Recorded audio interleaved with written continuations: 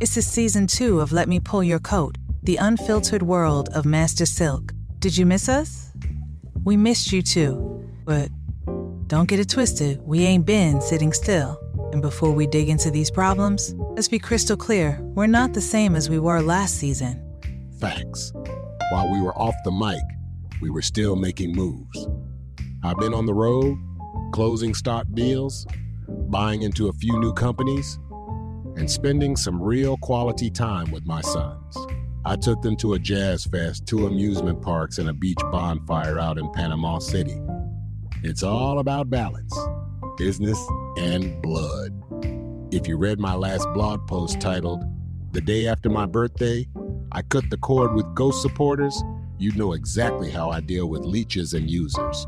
I downgraded my circle and upgraded my life. I haven't been sitting around sipping tea. I've been buying stocks, flipping companies, cutting off leeches, and raising 2 solid young men who know how to move with power and peace. I bought back time, land, and respect while some of these folks out here are begging for likes and couch hopping. And I left the Midwest and landed in Cali, but helped flip 2 properties, got on the payroll of a women's investment group, and built a small army of women who used to sell it, and now they own it. I've been living soft and stacking hard. So if you still think I'm the same girl you met in stilettos and smoke on East 14th, think again. I didn't get soft. I'm still giving game. Still snatching wigs with the truth. Go to letmepullyourcoat.com and leave a voicemail. We pick the realest messages for the show. Don't be shy. We're real, not cute. And if you're bold enough to get read on air, we're bold enough to tell you the truth. Remember, if you have any suggestions for a show or want to appear on the show, feel free to leave a voicemail or comment. If you're new here, hit subscribe and follow us on every social media platform. And don't forget that merch drop. Caps, jackets, tumblers, and hoodies. We've got folks rocking the merch in London, Detroit, and Ghana right now. You could be next. First, we have Gerald from Sydney, Australia. He asks, "Silk, what made you step away for a while? And what were you doing that made it worth it?" Gerald, I fell back because I needed to recalibrate. I spent time acquiring 15% ownership in 2 manufacturing startups, one called Carol Water Pods and another one in Atlanta. I also took time to reconnect with my boys. We hit a 3-day jazz fest with deep sea fishing, and I even let them beat me at laser tag once. Just once. But I wasn't laying low, I was laying foundation. When you build legacy, you move different. Quiet power is louder than loud talk. Next up is Maria from Oakland. She asks, "China, how's life been since moving to California?" Maria, Bay Area love is different. A lot of posers and users. People that will finesse you for one sandwich instead of rocking with you for the full buffet. But there are also decent people here as well. I partnered with a Latina investor to co-rehab 2 triplexes in East LA, ran 2 women-led money roundtables, and still had time to throw a soul food cookout that had lawyers and strippers sharing plates. I needed to breathe new air. California gave me space and sunlight. I ain't finished, but I'm fired up. Plus, Silk was out here. When I heard about his grind and moves he was making, I'd be a damn fool not to want to be a part of it. I'm telling you ladies, if you want to elevate your life, you need to reach out to Silk. He ain't trying to smash, he's trying to stack, and he'll show you how. Next up is Dwayne in Newark, New Jersey. He says, "My girl has an OnlyFans. I knew when we met, but now I want her to stop. She said, I'm insecure. Am I wrong?"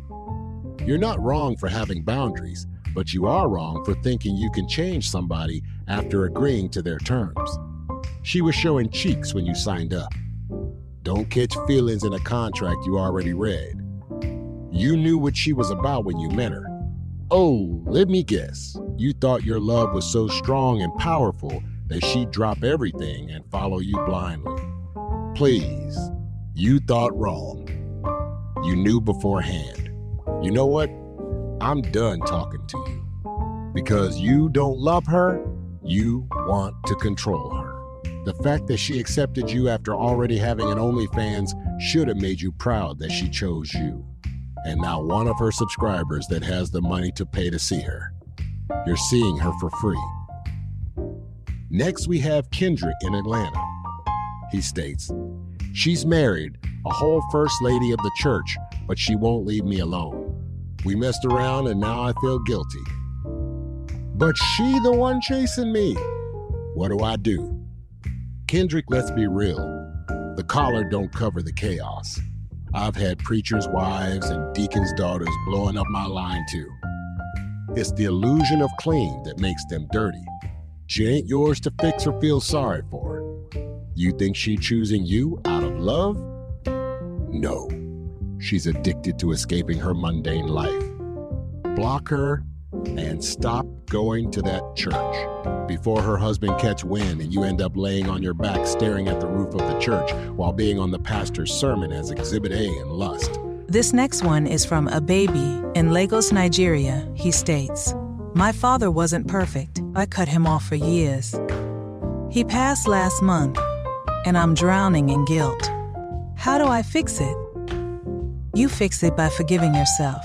None of us get it perfectly. I did something similar once with my aunt. She passed while we weren't speaking. I wrote her a letter, burned it, and used that fire to do better with everyone still here. I reconnected with people that had hurt, used, or disrespected me. Notice, I didn't say I forgave them. I just reached out. You can't move forward by holding on to the past. If you can change, so can other people.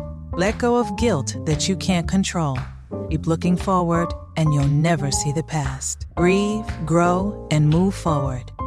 This one is from Reggie in Toronto, Canada. He says, my son got married. I found out through Facebook. I raised him alone, worked 2 jobs. His mother poisoned him against me, and now he treats me like I never existed. Reggie, you raised a man who forgot who fed him. That hurt is real. I've had that too. Kids choosing the story they were told instead of the man who showed up every damn day. But here's the thing. Don't beg. Don't chase. Let life correct him. And when he hits that wall called reality, you'll be there, standing tall, if you choose to. Until then, celebrate yourself. You did what many couldn't do. Here is this week's shout-outs. Big shout-out to Jada in Johannesburg with the red silk hoodie. Arco from Medellín rocking the grown Unfiltered mug at work.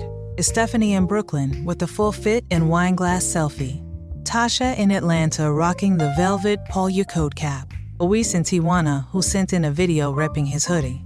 Mita in the Philippines for the IG story shout-out. For the silent supporters who repost without asking, who donate on Buy Me a Coffee, who tell a friend every week. We see you. We love you. For the ones who never stop sharing, reposting, emailing, buying hoodies, even while we were away. We see you.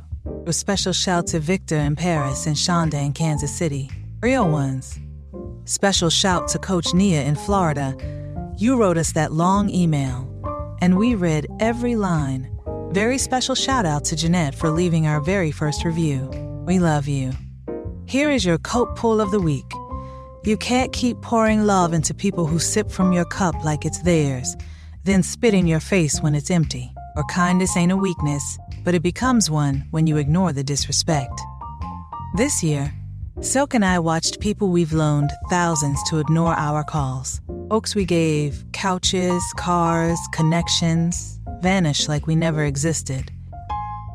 But we ain't even mad. But see, if you only show up when my hand is open, then disappear when it closes, you were never there for me. You were there for you. It's season, but we're not begging.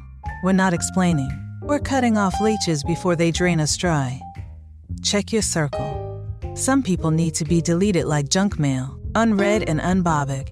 We're back. We're sharper. We're colder. We're loving harder, but we're not taking shit. Let me pull your code 8 for the week, the posers or the wannabes. It's for the ones who've been betrayed, broke, bruised, and still stood up like kings and queens. The ones that want to better their lives and their situations. We are here to help you without judgment of your circumstances. We'll see you next week. New episodes drop every Tuesday. Visit letmepullyourcoat.com. Leave a review, a voicemail, or a suggestion. Check out the listener's post page. Actually, just click on every link. We're sure you'll find a page you like. Until next week, much love and much respect. And much respect.